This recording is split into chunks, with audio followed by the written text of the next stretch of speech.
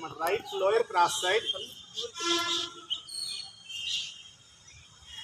చేసినందువల్ల ఏమైందంటే కంటికి కూడా చిన్న పడక్స్ వస్తుంది అనమాట. కంటిగుడ్లను సర్కిల్ మొత్తం, కంటిగుడ్లు మాత్రం సర్కిల్ అనమాట. From left side, from right side. అదండి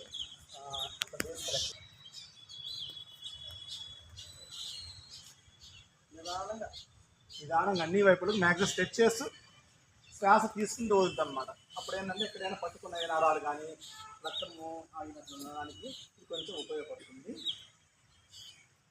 నెక్స్ట్ ఉంది కచ్చక్రాసన్ పొజిషన్. కచ్చక్రాసన్ ఫస్ట్ పోదు అనమాట. చేతులు స్ట్రైట్గా తీసుకొస్తూ కాళ్ళ మీద కొద్దిగా గ్యాప్ తీసుకొని లెఫ్ట్కి స్ట్రైట్గా మన యొక్క చూపు అన్నిటికీ రక్త ప్రసరణ జరిగే అవకాశం ఉంటుంది. అలాగే ఆపోజిట్ సైడ్ బాడీ కొంచెం ఫ్లెక్సిబిలిటీ వస్తుంది అనమాట దీనివల్ల. Normal position.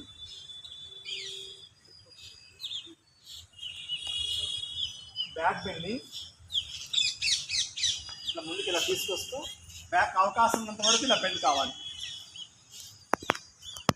ముందుకు వెళ్తూ శ్వాస వదలాలి, బ్యాక్ వెళ్ళి శ్వాస తీసుకోవాలన్నమాట. బ్యాక్ వెళ్ళి శ్వాస తీసుకుంటూ ఇలా రెడీ పొజిషన్ చేద్దాం అందరం. అప్ ముందుకెళ్తూ గాలిని పూర్తిగా వదిలేసేయాలి.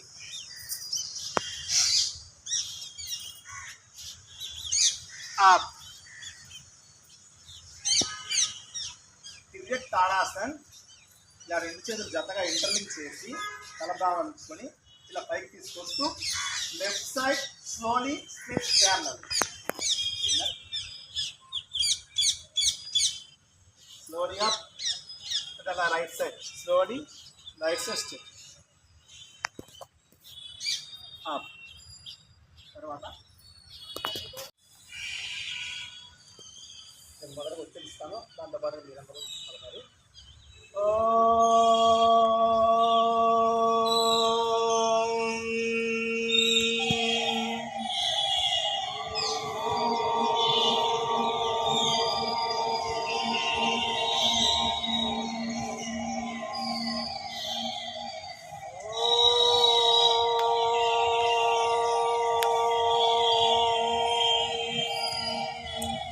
అందువల్ల బేసిక్గా ప్రాథమికంగా మనకు చిన్నపాటి వాళ్ళకి ఏమైనా డిసీజెస్ కానీ ఏమైనా ప్రాబ్లమ్స్ ఉంటే తగ్గడానికి అవకాశం ఉంది చిన్న చిన్న ప్రాణ యోగ ఎక్సర్సైజ్ వల్ల. కాళ్ళ వ్రేళ్ళు మాత్రం కొంచెం ఫిట్గా ముడుస్తూ తెలుస్తుంది అన్నమాట.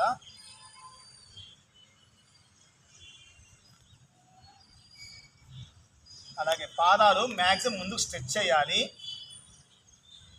అలాగే బ్యాక్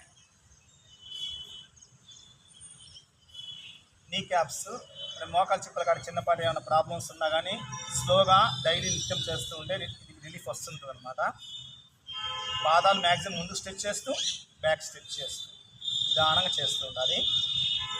అలాగే పాదాలను జతగా అన్ని వైపులు సర్కిల్.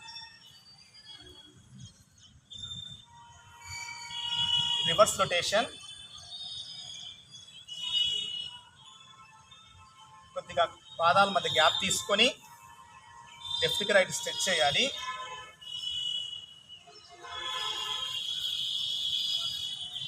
అలాగే 1/1 లెగ్స్, జస్ట్ 1/1 లెగ్స్ నేలని ఇట్లా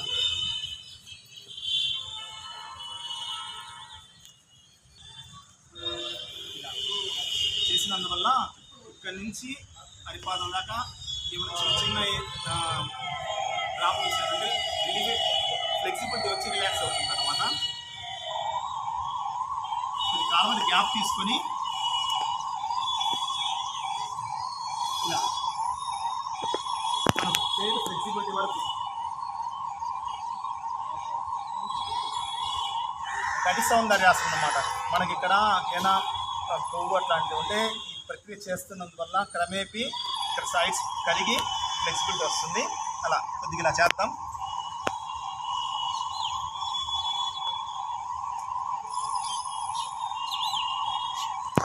చిన్న చిన్న వాటి వల్ల గట్టిగా స్లోగా ముడవాలన్నమాట.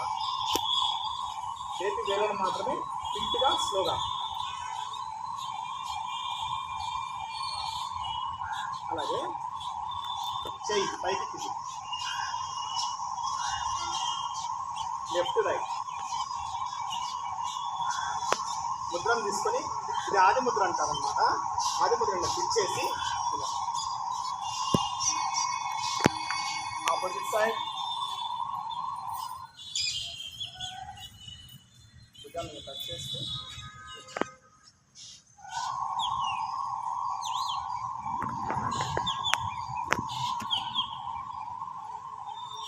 ఇలా చేతిని సైడ్కి తీసుకొస్తూ స్లోగా లెఫ్ట్ సైడ్ స్టెప్ చేయాలన్నమాట.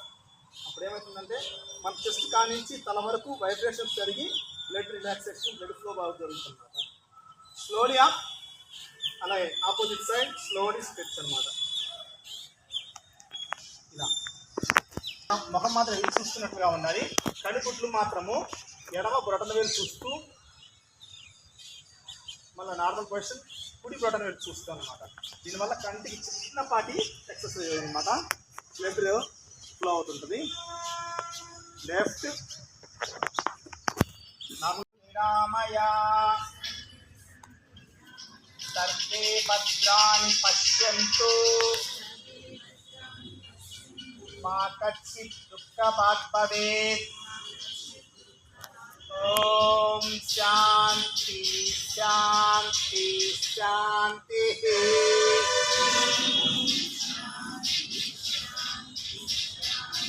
హరి ఓం.